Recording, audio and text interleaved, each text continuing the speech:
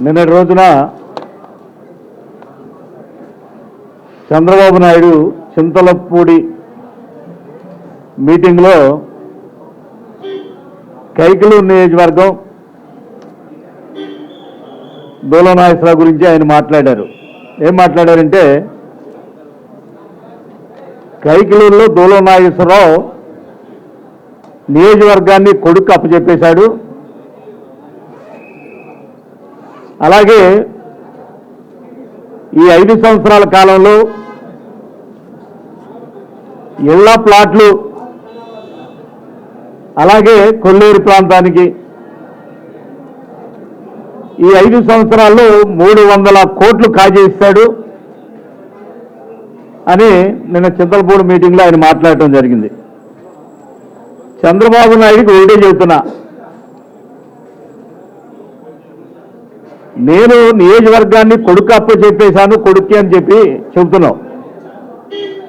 నీ కొడుకులాగా పప్పు కాదు, అవినీతి పరుడు కాదు నా కొడుకులు.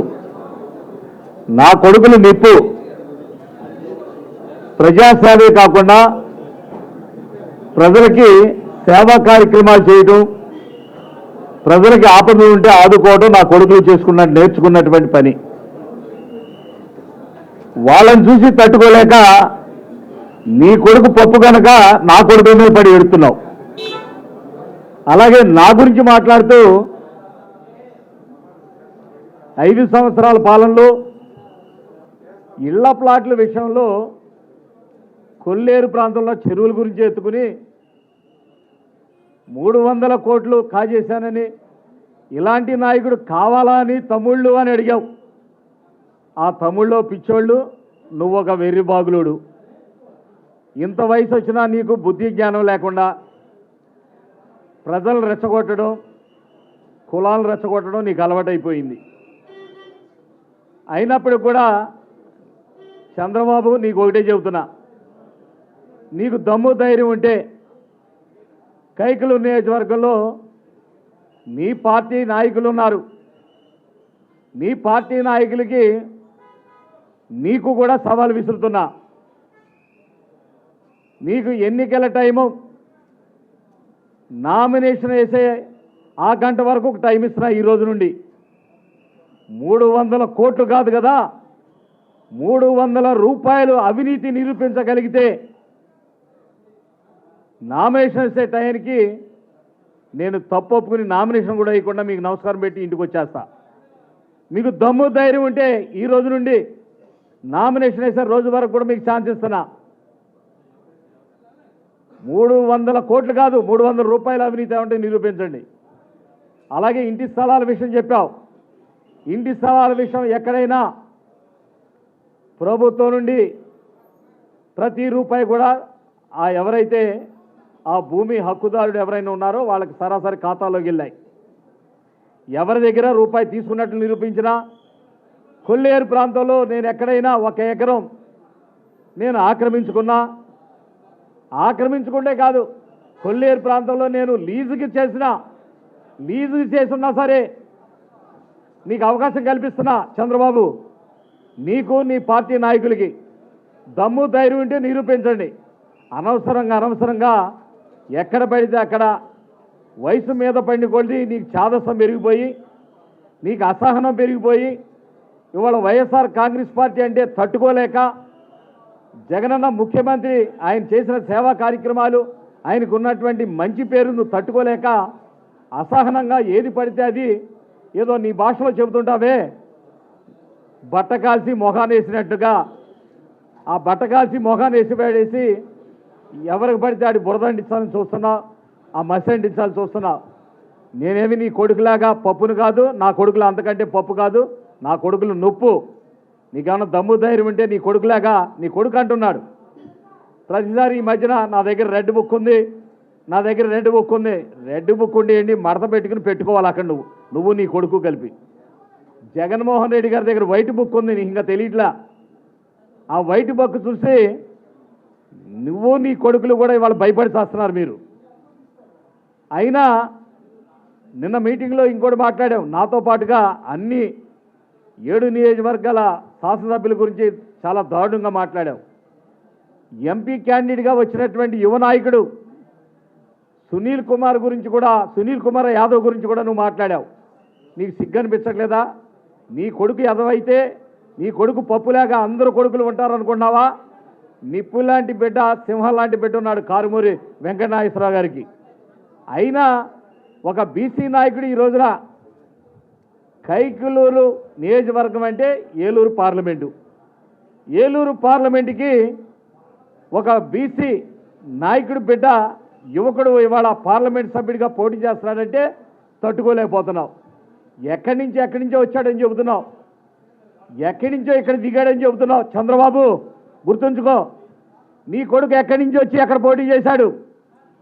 నీ బామ్మర్ది ఎక్కడున్నాడు? ఎక్కడి నుంచి వచ్చి ఎక్కడికి వచ్చి పోటీ చేస్తున్నాడు? నీ కొడుకు ఒక న్యాయం, ఇతరులకు ఒక న్యాయమా? అంటే నువ్వు చేస్తేనేమో సంసారం, ఇతరులు చేస్తే వ్యభిచారమా? ఏమి నీ దుర్మార్గపు ఆలోచన? నీ దుర్మార్గ ఆలోచన ఏమిటి? ప్రతి వాడి మీద నీ ఇష్టం వచ్చినట్టు మాట్లాడతావు బురదలతో. అసలు ఈ రోజున ఉన్నటువంటి రాజకీయాల గురించి, ఏలూరు పార్లమెంట్లో ఉన్నటువంటి ప్రతి శాసనసభ్యుడి గురించి కూడా నిన్న మాట్లాడావు. ఏం మాట్లాడుతున్నావు అంటే వయసు మళ్ళీని కొలిది నీకు మెంటల్ వచ్చేసి మాట్లాడుతున్నావా? లేదు ఎన్నికల టైం వచ్చింది కదా, ఆ టైం బట్టి నేను ఏది మాట్లాడినా చెల్లుతుందని మాట్లాడుతున్నావా? నీ కొడుకులాగా పప్పు కాదు నా కొడుకులు, నిప్పులాగా ఉన్నారు. ఇవాళ సమాజానికి సేవ చేస్తున్నారు. అలాగే ప్రతి విషయాన్ని కూడా ఈ రోజున కైకలూరు నియోజకవర్గం గురించి మాట్లాడేటప్పుడు నువ్వే కాదు, తెలుగుదేశం పార్టీ నాయకులు కూడా మీ పార్టీ గురించి 100 చెప్పుకోండి, చెప్పే దమ్ము మీ దగ్గర లేదు. నా పార్టీ ఇది చేసింది, నేను ఇది చేశానని చెప్పే దమ్ము మీ దగ్గర లేదు చంద్రబాబు. చెప్పుకోలేక ఇవాళ మా జగనన్న మీద మా మీద పడి ఏడుస్తున్నావు. ప్రజలకు ఏం చేశామనేది ప్రజలకు తెలుసు. ఎక్కడా కూడా అవినీతి తావు లేకుండా, దళారీ వ్యవస్థ లేకుండా ఇవాళ సరాసరి ప్రతి అక్క చెల్లెమ్మ ఖాతాలో, రైతన్న ఖాతాలోనూ 2,54,000 కోట్ల రూపాయలు సరాసరి అందించారు. అంతేకాదు, అదే కాకుండా మరో 1,26,000 కోట్ల రూపాయలు ప్రత్యేకంగా పరోక్షంగా అందించాడు.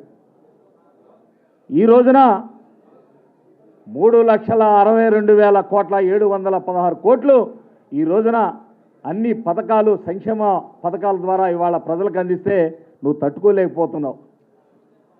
ఏం చేయాలనుకుంటున్నావు? నువ్వు ఏం చెప్పాలనుకున్నావు? నిన్నటిదాకా మాట్లాడావు.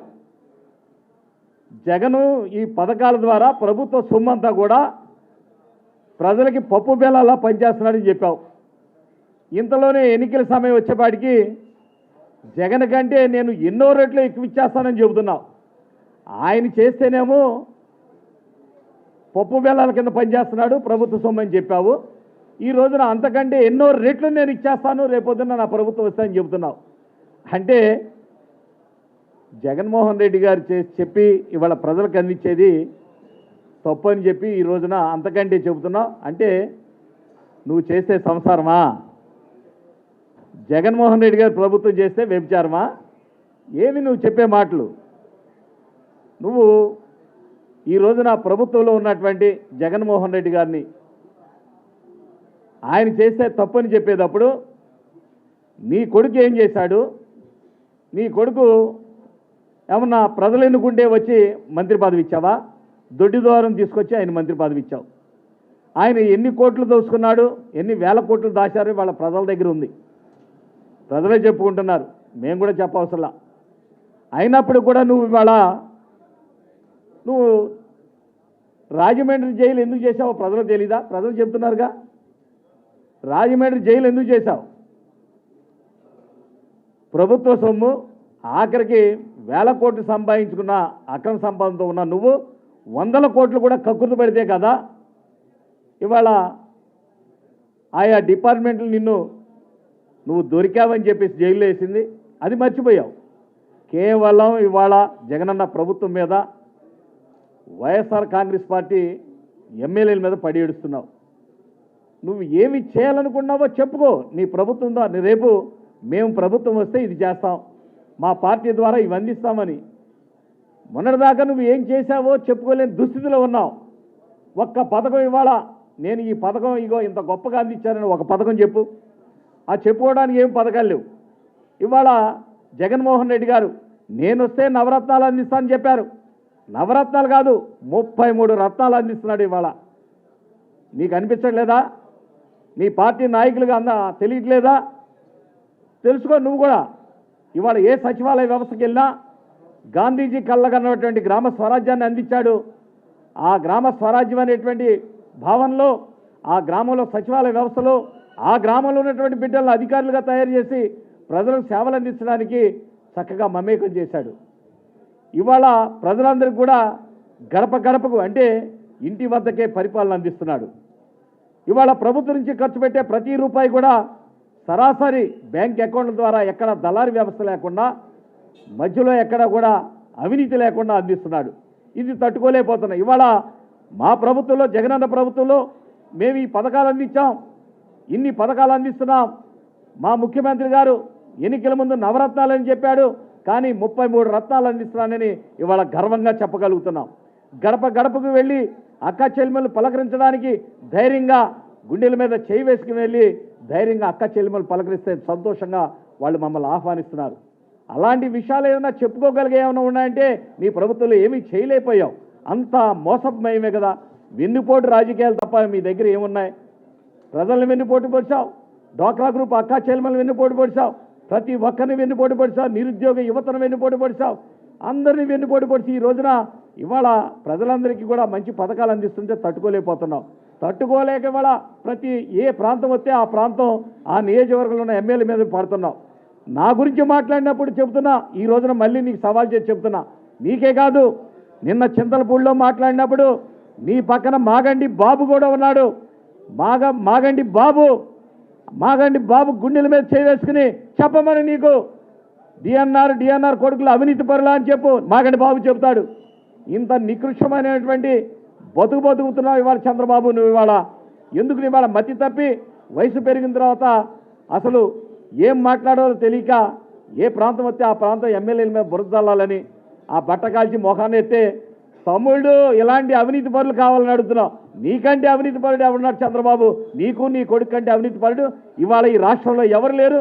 ఇవాళ మీరు సిగ్గుపడకుండా ఇవాళ సిగ్గు ఎగ్గు అన్నీ వదిలేసి ఇవాళ నియోజకవర్గ స్థాయిలోకి వచ్చి ఏది పడితే అది మాట్లాడుతున్నావు. నీకు ఇవాళ కైకులు నియోజకవర్గ పరిస్థితుల్లో అక్కడ ఉన్నటువంటి నాయకులతో వెళ్ళి వాళ్ళందరినీ కూడా ఎంక్వైరీ చేయించుకోమను. వాళ్ళందరినీ కూడా ఎంక్వైరీ చేయమని చెప్పు. నీ దగ్గరికి వచ్చి ఏం చెబుతారు ఈయన సిగ్గుచారం ఉంటే ఇవాళ డిఎన్ఆర్ అంటే ఏంటో తెలిసి నిప్పులా బతుకుతున్నాడు. అక్కడ వాళ్ళ మీద బురద జల్లాలని నువ్వేదో ప్రయత్నం చేసి అక్కడ ఏదో లబ్ధి పొందాలంటే నీకు మిగిలేదు, అక్కడ ఏమి లేదు, గుండు సున్నాయి.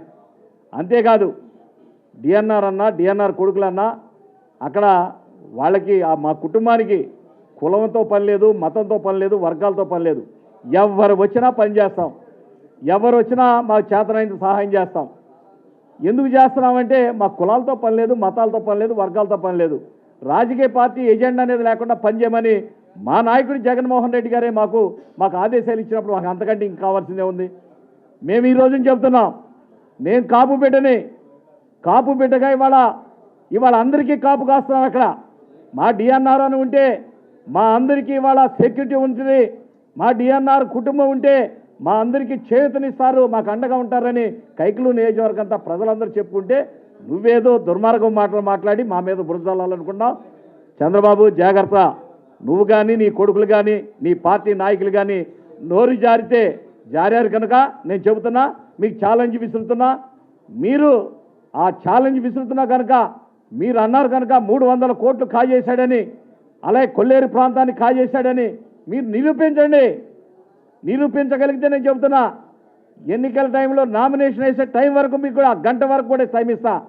మీరు నిరూపించగలిగితే మీ అందరికీ కూడా నమస్కారాలు పెట్టి నేను నామినేషన్ కూడా ఇంటికి వస్తా. కానీ నిరూపించలేకపోతే నువ్వు కానీ చంద్రబాబు, నీ కొడుకు కానీ, నీ పార్టీ నాయకులు కానీ మీరు పనిష్మెంట్ ఏం తీసుకుంటారని కూడా చెప్పండి. మీరు చెప్పాలి. దమ్ము ధైర్యం ఉంటే మీరు చెప్పగలుగుతారు. అది ఏది చెప్పాలో చెప్పండి. దమ్ము ధైర్యం లేదా చవటల్లాగా ఉంటారంటారా? మీకే వదిలేస్తా, మీ విజ్ఞతకు వదిలేస్తా. చంద్రబాబు జాగ్రత్తగా ఉండు.